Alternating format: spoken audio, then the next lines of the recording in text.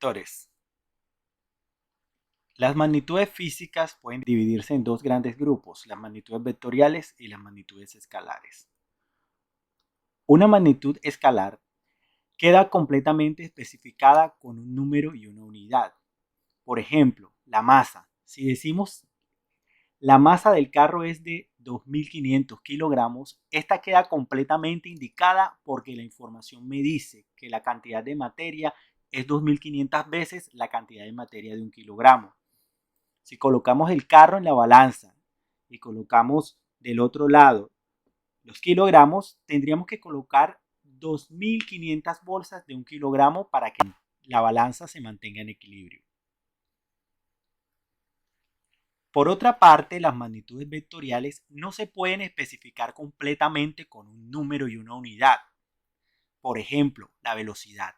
Si decimos que el carro tiene una velocidad de 80 km por hora, no queda completamente claro porque esa velocidad puede ser hacia cualquier lado. Puede ser hacia adelante, puede ser hacia atrás, puede ser hacia el este. Es decir, para especificar estas magnitudes no se utiliza un número, se utiliza un vector. Los vectores son segmentos de recta dirigidos que tienen un inicio y un final. Estos elementos geométricos se pueden representar con letras mayúsculas, colocándoles una flecha en la parte superior. Para entender mejor esto, analicemos el vector velocidad en el plano cartesiano. El valor numérico de la magnitud, es decir, el valor numérico de la velocidad, está dado por la longitud del vector. Lo que mida el vector, ese será el valor numérico de la velocidad, si estamos hablando del vector velocidad. En este caso, si la longitud del vector es 3, el valor de la velocidad sería 3. Y la dirección de la magnitud está dada por la dirección del vector, el ángulo con respecto al eje X. Si el ángulo de ese vector es de 30 grados, eso quiere decir que la dirección de la velocidad va a ser 30 grados con respecto al eje X. Elementos de un vector. Los elementos de un vector son la norma, módulo o longitud. Se representa con la letra del vector encerrada en el valor absoluto. Las componentes de un vector. Las componentes puede ser la componente X, y si estamos hablando de un vector A, sería AX. Y la componente Y, si estamos hablando del vector A, sería AY. El ángulo del vector. Los vectores que analizaremos son vectores en dos dimensiones, y estos vectores en dos dimensiones forman un triángulo rectángulo con sus componentes, como lo podemos observar en la imagen. Vamos a realizar el siguiente ejemplo. Grafica en el plano cartesiano el vector E, cuya componente X es igual a menos 4 y componente Y igual a 3.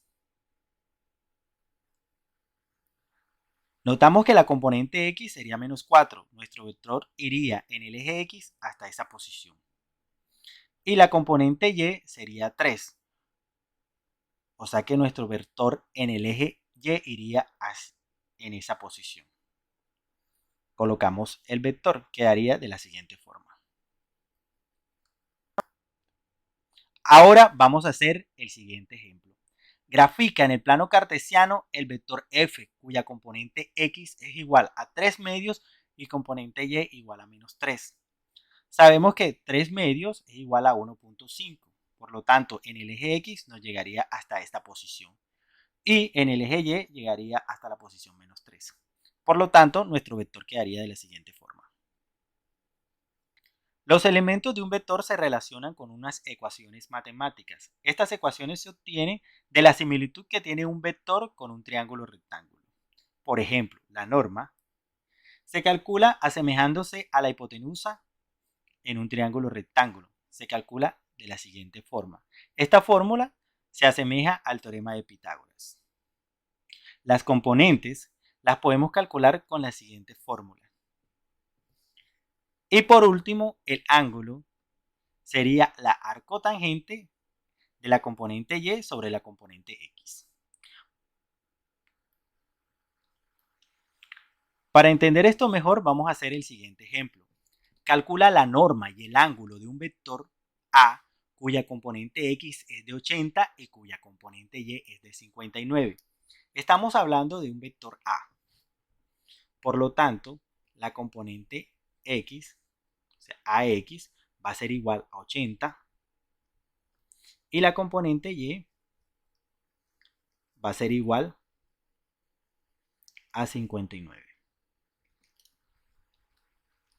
Aquí tenemos las fórmulas que me relacionan los elementos de un vector. Tengo que calcular la norma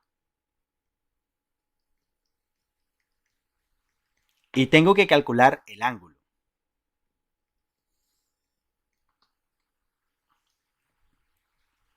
Utilizamos la primera fórmula para calcular la norma.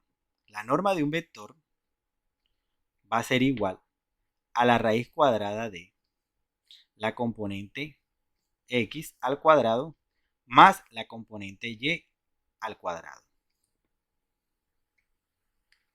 Reemplazando los valores, me queda que la norma del vector va a ser igual a la componente x, que en este caso sería 80,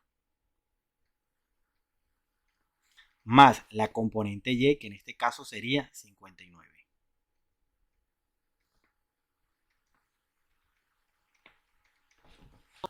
Eso me da como resultado 99.4.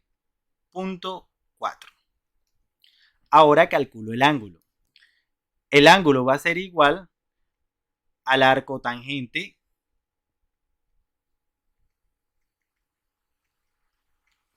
de la componente y sobre la componente x. El arco tangente es el inverso geométrico de la función tangente.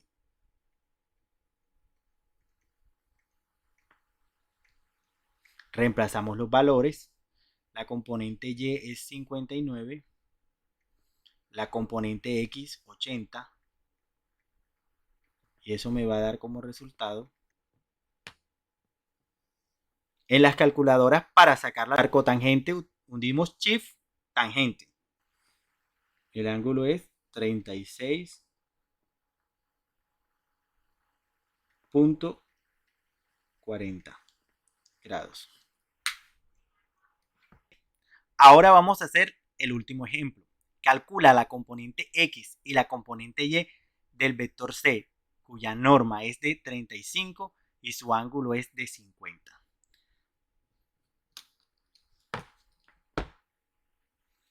Entonces, como es el vector c, la norma es 35 y el ángulo es de 50 grados. Me están pidiendo cx y me están pidiendo cy.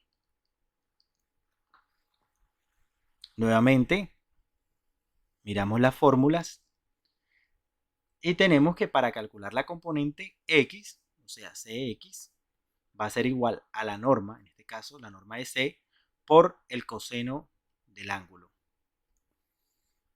Cx va a ser igual a la norma, que es 35, por el coseno del ángulo, que en este caso es 50.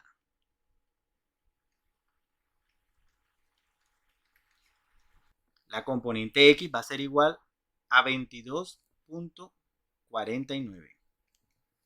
Y la componente y, o sea, cy, va a ser igual a la norma de c multiplicada por el seno del ángulo.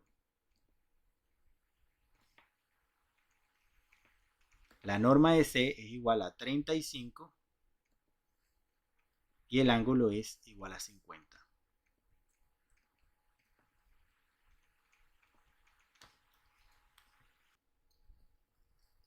Y eso me va a dar un valor de 26.81. Y eso es todo. Nos vemos en el próximo video.